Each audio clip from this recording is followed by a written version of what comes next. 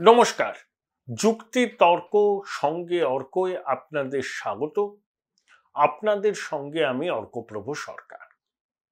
কেন্দ্রীয় স্বরাষ্ট্রমন্ত্রী অমিত শাহ কয়েক মাস আগে বলে গিয়েছিলেন যে বিজেপি এবার ৩৫টা আসন জয়ের লক্ষ্যমাত্রা নিয়ে এগোচ্ছে। তৃণমূল স্বভাবতই কটাক্ষ করেছিল, কারণ অমিত শাহ 2021-এর বিধানসভা নির্বাচনের আগে স্লোগান দিয়েছিলেন আপকি বার 200 পার। 200 তো দূরের কথা, 77-এ থেমে গিয়েছিল গেরুয়া শিবির। তা এবার কি অমিত শাহের কথার কথাই থেকে যাবে, নাকি কাছাকাছি পৌঁছতে পারবে বিজেপি? দেখুন, আমি কোনো ওপিনিয়ন পোল করছি না, কারণ ওপিনিয়ন পোল করার জন্য যে ধরনের পরিকাঠামো দরকার সেই আমার নেই, আর বড় বড় সংস্থাকে নিয়োগ করার মতো ইচ্ছাও আমার নেই। তো তাহলে উত্তরবঙ্গে হাওয়া কেমন, দক্ষিণবঙ্গে তৃণমূল কি তার গড় ধরে রাখতে পারবে, আমি এটা কিসের ভিত্তিতে বলবো? এই প্রতিবেদন যখন দেখবেন তখনও প্রথম পর্যায়ের ভোট হতে দিন 18 বাকি। কিছুদিন বাদে আমি জেলা সফরে বেরোবো উত্তরবঙ্গ থেকে।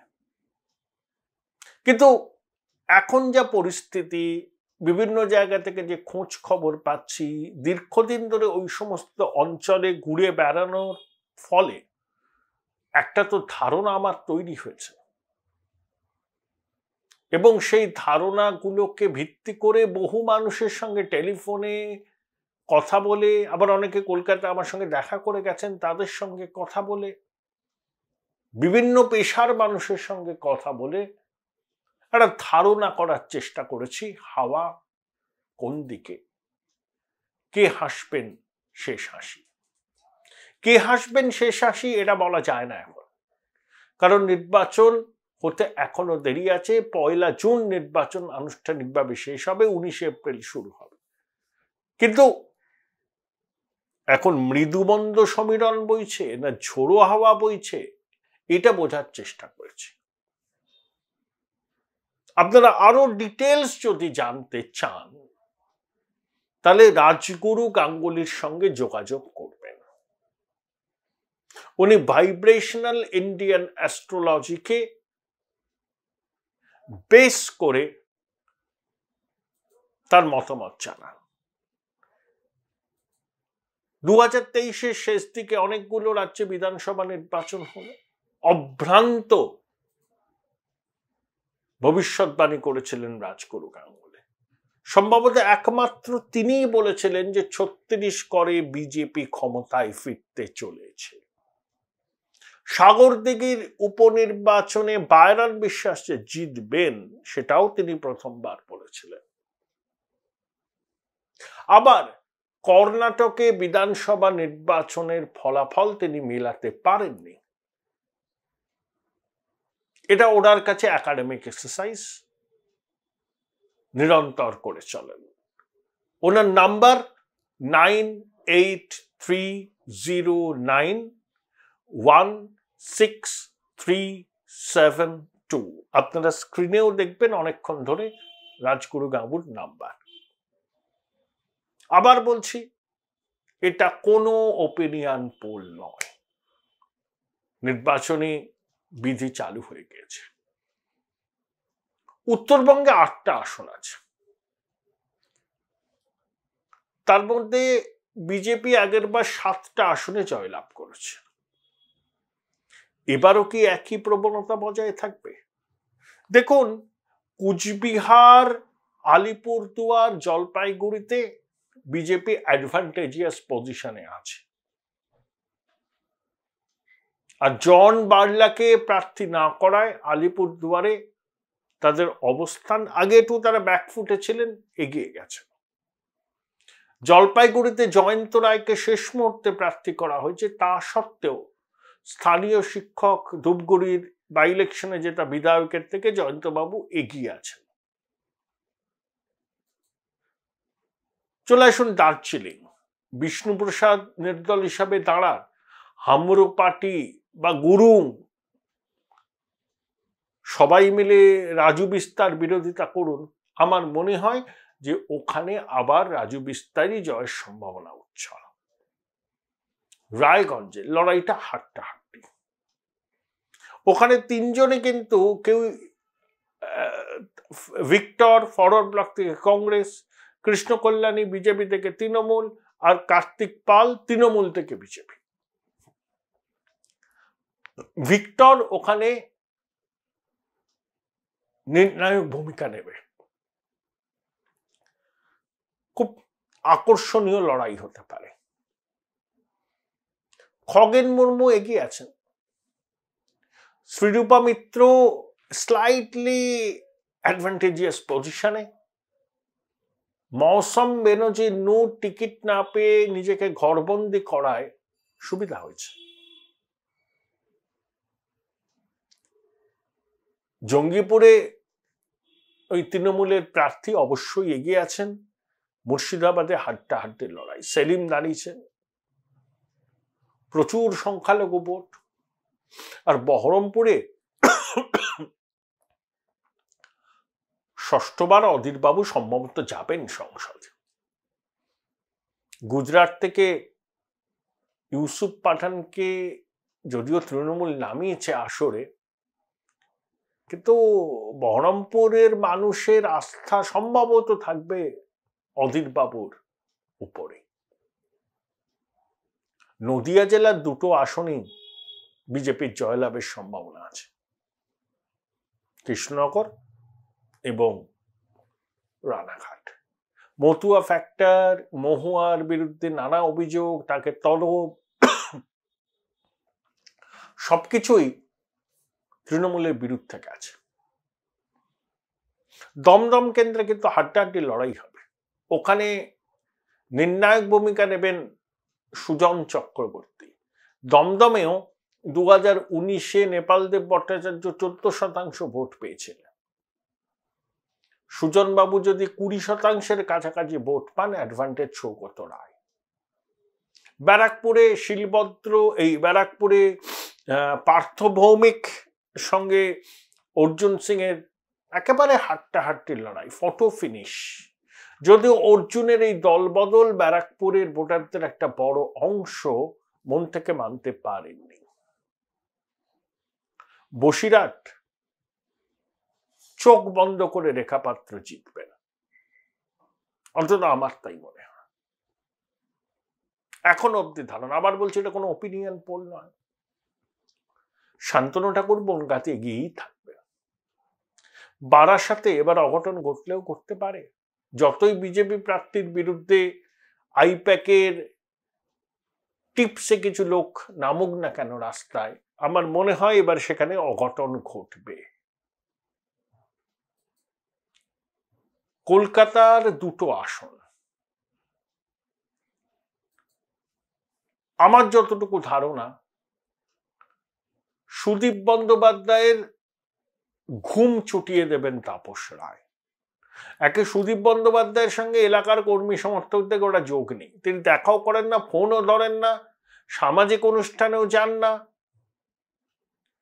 তৃণমূলের একটা বড় অংশ চাইছে সুদীপ বন্দ্যোপাধ্যায়কে এবার উচিত শিক্ষা দিতে গণতান্ত্রিক পদ্ধতিতে, বিশেষ করে যারা অভিষেক বন্দ্যোপাধ্যায়ের ঘনিষ্ঠ। আর সুদীপ বাবুর পক্ষে বিবেক গুপ্তা আর নয়না বনার্জি ছাড়া কোনো বিধায়ক সেভাবে নেই। দেখবেন ওখানেও সব সুদীপ বাবুর মিছিলে হাঁটবে, দেওয়াল লিখবে, বুথে বসবে, কিন্তু জোড়া ফুলের জায়গায় বহু পদ্ম ফুলে ভোটও তৃণমূলের লোকজন দেবে। আর তাপসবাবু এলাকার ভূমিপুত্র, 10 বছরের কাউন্সিলর, জোড়াসাঁকো বিদ্যাসাগরের বিধায়ক, এবং কিছুদিন আগেও তিনি উত্তর কলকাতা তৃণমূলের জেলা সভাপতি ছিলেন। Join Indian Institute of Hotel Management now. right choice, right decision. লড়াইটা সুদীপ বাবুকে এবার খুব খুব মেহনত, খুব ঘাম ঝরাতে হবে। অঘটন আজও ঘটে, এবং দক্ষিণ কলকাতাতেও কিন্তু তিন কন্যার লড়াই, সেটাও খুব উপভোগ্য। দেবশ্রী চৌধুরী রায়গঞ্জ থেকে জিতেছিলেন, এবার তাকে দক্ষিণ কলকাতায় দাঁড় করানো হয়েছে। যদিও দক্ষিণ কলকাতায় বিজেপি সংগঠনের সঙ্গে তিনি নাকি যুক্ত ছিলেন। এমনিতে কলকাতার বাসিন্দা, বাগুইয়াটের কাছে অশ্বিনীনগরে থাকেন। তার বাড়ি পুরনো RSS। দেবশ্রী 2006 সালে বালুরঘাট কেন্দ্রে বিধানসভায় লড়ে 6000 ভোটে হেরেছিলেন। বর্ধমান বিশ্ববিদ্যালয়ের ছাত্রী, কিন্তু তার পড়াশোনার পর সবটাই কলকাতা কেন্দ্রিক। লড়াই দেবেন, নজর রাখতে হবে সায়রা হালিমকে। হাসিম আব্দুল হালিমের পুত্রবধূ নাসিরউদ্দিন শাহের ভাইজি সায়রা হালিম বালিগঞ্জ বিধানসভা কেন্দ্রের উপনির্বাচনেও শাসক দলের ঘুম ছুটিয়ে দিয়েছেন। তিনি কিন্তু এবার নির্ণায়ক ভূমিকা নেবেন। মথুরাপুর জয়নগরে যা ছিল তাই হওয়ার সম্ভাবনা প্রবল।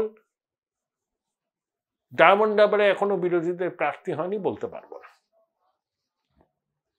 হাওড়ায় ভোলানাথ চক্রবর্তীর ছেলে মিরাকেল ঘটালেও ঘটাতে পারে। কদিন একটা ভিডিও দেখছিলাম, প্রসূন ব্যানার্জি গেছেন কোনো ইফতার পার্টিতে, তাকে দেখেই কিছু মুসলিম ভাইরা প্রতিবাদ করছেন যে আপনি শুধু ভোটের সময় আসেন, আর ক্ষতি আমাদের করবেন না। এই ট্রেন্ডটা কিন্তু খুব ইঙ্গিতবাহী। আর তারপরে মমতা বন্দ্যোপাধ্যায়ের কনিষ্ঠ ভ্রাতাটি যেভাবে প্রসূন ব্যানার্জির বিরুদ্ধে বিষোদগার করেছিলেন, এবং ওখানকার সংগঠন বহুদা বিভক্ত।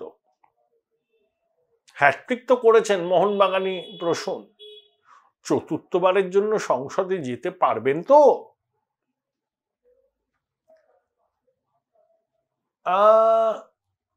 উলুবেরিয়া নিয়ে স্থিতাবস্থায় বজায় থাকার সম্ভাবনা।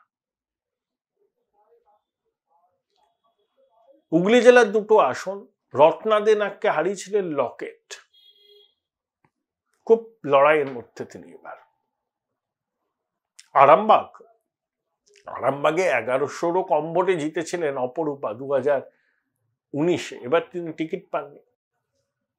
নতুন প্রার্থী মিতালি বাগ আর বিজেপির শিক্ষক। আমার মনে হয় যা এখন পরিস্থিতি, তৃণমূল ওই আসনটা জয়ের ব্যাপারে খুব একটা আশাবাদী নয়। তমলুক আর কাঁথির ফলাফল পূর্ব নির্দিষ্ট হয়ে আছে, ওটা নিয়ে সময় নষ্ট আমি আপনাদের করব না। পশ্চিম মেদিনীপুরে অগ্নিমিত্রা বনাম জুনের লড়াইয়ে হাড্ডাহাড্ডি, কিন্তু আমার কেন জানি না মনে হচ্ছে জুন একটু এগিয়ে আছেন সাংগঠনিক দিক থেকে, এলাকার বিধায়কও বটে। অগ্নিমিত্রা লড়াকু নেত্রী, খুব আগ্রাসী ভূমিকায় তিনি রাজনীতি করছেন। তাকে আসানসোল লোকসভা নির্বাচনে দাঁড় করানো হয়েছিল, হেরে গিয়েছিলেন, আবার তাকে লোকসভা নির্বাচনে দাঁড় করানো। ঘাটালে দেব আর হিরণের লড়াইও কিন্তু একেবারে কাঁটে কাটাক্কার, আকর্ষণীয়। ওখানে শঙ্কর দলী সহ তৃণমূলের স্থানীয় সংগঠন শেষ পর্যন্ত কতটা দেবকে সহায়তা করবে সে নিয়ে কিন্তু আমার মনে প্রশ্ন আছে। আর হিরণ যেরকম আগ্রাসী ভূমিকায় নেমেছেন, দেবকে কিন্তু 1 ইঞ্চি জমি ছাড়ছেন না। খুব ইঙ্গিতবাহী না? আমার যেন মনে হচ্ছে প্রিয়া সাহা এবার ম্যাজিক দেখাতে পারে। ওই রেখা পাত্রর মতো তিনিও গৃহবধূ, কিন্তু রেখা পাত্রের জীবনের সংগ্রাম অনেক বেশি প্রিয়া সাহার থেকে। কিন্তু অঘটন তো আজও ঘটে, ঘটে নাকি? আজও ঘটে। জ্যোতির্ময় সিং মাহাতো স্বচ্ছন্দ জায়গাতেই আছেন। ওই আসনটাতে আবার কংগ্রেস ফরওয়ার্ড ব্লকের মধ্যে বেশ লড়াই টড়াই চলছে আর কি। চিকিৎসক শর্মিলা সরকার আমার মনে হয় প্রথমবার নেমেছেন, খুব একটা বেগ পেতে হবে না তাকে, একটু গরমকে উপেক্ষা করে ঘুরলেই হবে। আর দিলীপ ঘোষ, কীর্তি আজাদ, 83 বিশ্বকাপ জয়ী দলের সদস্য বনাম বিজেপির এখনো পর্যন্ত সব থেকে সফল সভাপতি। উপভোগ্য লড়াই, কিন্তু আমার মনে হয় এক পেশে লড়াই। লক্ষণ গড়ই আছেন, দিলীপবাবু সঙ্গের কাজ ওখানে করেছেন, তাকে কেউ খুব একটা বেকায়দায় ফেলতে পারবে বলে আমার মনে হয় না। তবে অঘটন তো ঘটেই। আমার একটা আসনের ফলাফল মানে যা গতি প্রকৃতি দেখছি, বিষ্ণুপুর, সেখানেও অঘটন ঘটতে পারে। সুজাতা সৌমিত্রর হয়ে প্রচার করেছিলেন 19-এ, কারণ আদালতের নির্দেশে সৌমিত্র বিষ্ণুপুরে ঢুকতে পারতেন না। আবার এখন দুজনে পরস্পরের বিরুদ্ধে। সুজাতা যদি শেষ হাসি হাসেন, আমি অন্তত অবাক হব না। ডাক্তারবাবু কর্মীদের দ্বারা ঘেরাও হয়েছিলেন, তাকে বন্ধ করে রাখা হয়েছিল, ডক্টর সুভাষ সরকার, কিন্তু তিনি খুব পুরনো কর্মী বিজেপির। ক্ষোভ বিক্ষোভ সব দলে থাকে।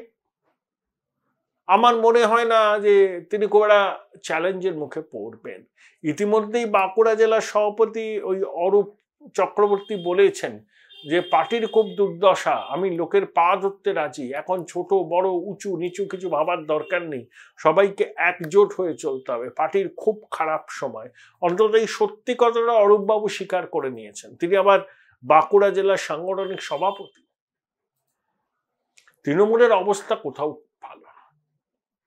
তবে দুর্মুখ বলুন, যাই বলুন, মাঝে মধ্যে টেম্পার লুজ করেন, সাংবাদিকদের দিকে তেড়ে যান। কল্যাণ বন্দ্যোপাধ্যায় কিন্তু তার বিরুদ্ধে লড়াইয়ে জমছে না। কাজেরও ফাঁকা মারে গোল করার মতো অবস্থা করলেন না, আমার ধারণা। আবার বলছি না এটা ওপিনিয়ন পোল নয়, আমার ধারণা কল্যাণ দা এবারও ফাঁকা মাঠে গোল করবেন। কোন লড়াইয়ের মুখেই তিনি নেই। আর অন্য কয়েকটা আসনে তো এখনো প্রার্থী ঘোষণা হয়নি, হোক না, তারপরে নয় এবার বুঝবো। আর এপ্রিল মাসের মাঝামাঝি থেকে তো বাংলা ঘুরতে বেরোবো, উত্তর থেকে দক্ষিণ। সুকান্ত মজুমদারের বিরুদ্ধে বিপ্লব মিত্র দাঁড়িয়েছেন। বিপ্লব মিত্র মন্ত্রী। তবে ঠিক আছে, সুকান্ত বাবুরও ঘাম জড়াতে হবে। ধারণা আমার শেষ হাসি তিনিই হাসবেন, ঘাম জড়াতে হবে। আগের বার অর্পিতা প্রার্থী ছিলেন, বিপ্লব বাবু বসে গেছিলেন, এবার তাকেই প্রার্থী করে দিয়েছেন তৃণমূল সুপ্রিমো। কিন্তু দেখুন, এটা তো লোকসভা নির্বাচন, নেতৃত্বের প্রশ্নে গণভোট। আর উত্তরবঙ্গের মানুষরা দক্ষিণবঙ্গের প্যাটার্নে কিন্তু ভোট দেয় না।